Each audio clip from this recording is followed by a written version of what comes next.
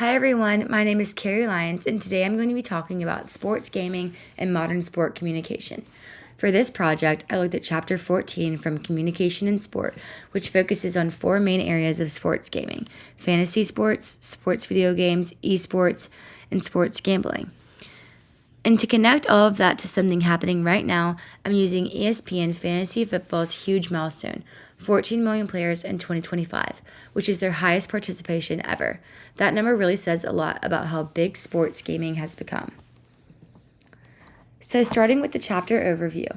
Chapter 14 explains that we're living in the ludic age, a time where gaming and interactive play are part of everyday life, and sports are a huge part of that shift.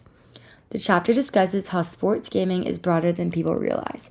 It's not just fantasy football anymore. It includes video games like Madden and NBA 2K, massive esport tournaments, and the rapidly expanding world of sports gambling.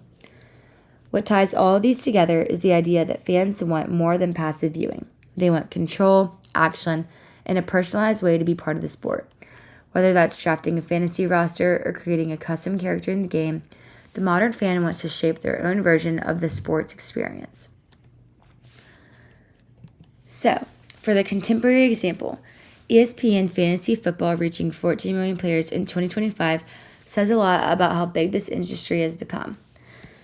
Fantasy started as something only super dedicated fans participated in, people who didn't mind keeping track of stats in newspapers or doing all the math themselves. Now it's something millions of people of all ages and backgrounds take part in every season.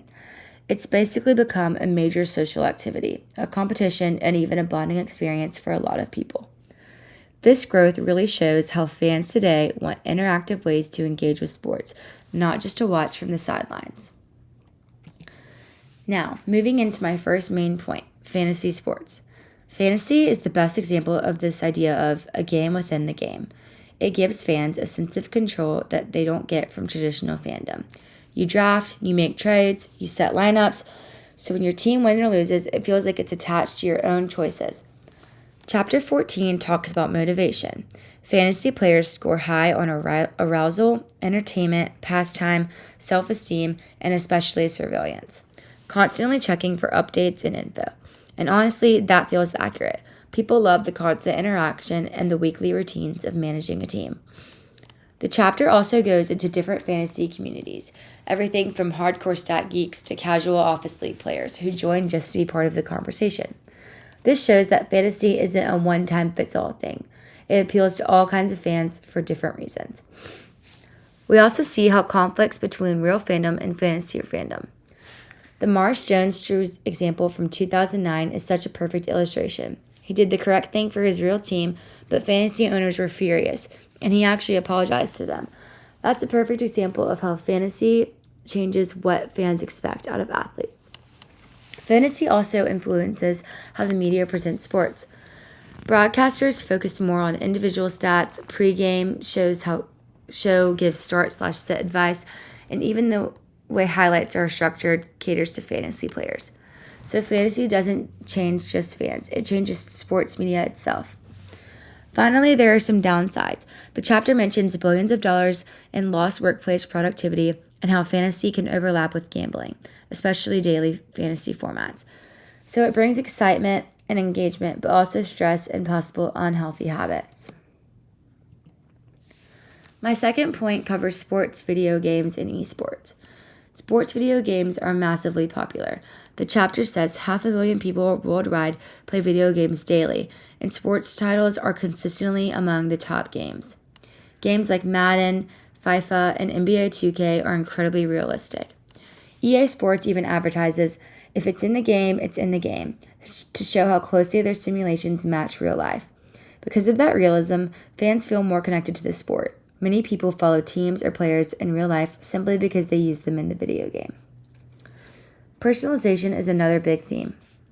These games let you create custom players, build teams, and basically shape your own sports narrative. Research in the chapter found that people who personalize their characters actually enjoy the game more and feel more bonded to the sport. Then there's esports, which has become a massive global industry. Arena-sized events, Twitch streaming, huge prize pools, esports is now a legitimate competitive world.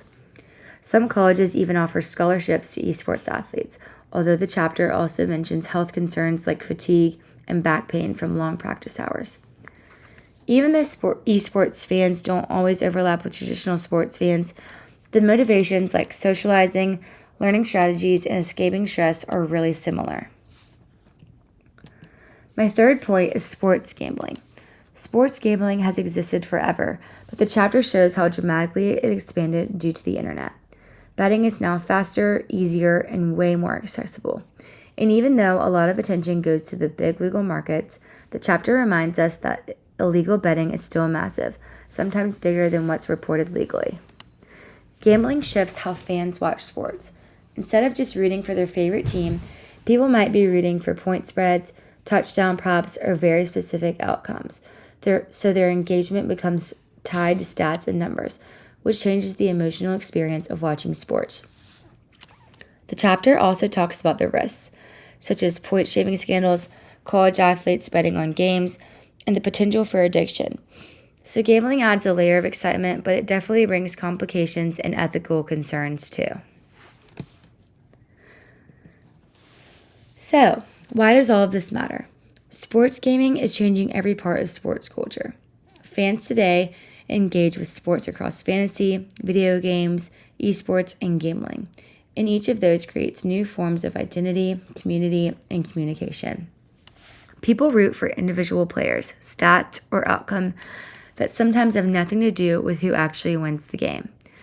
The whole meaning of fandom shifts. And when you pull back and look at the bigger picture, things like ESPN Fantasy hitting 14 million players shows how central this type of engagement has become.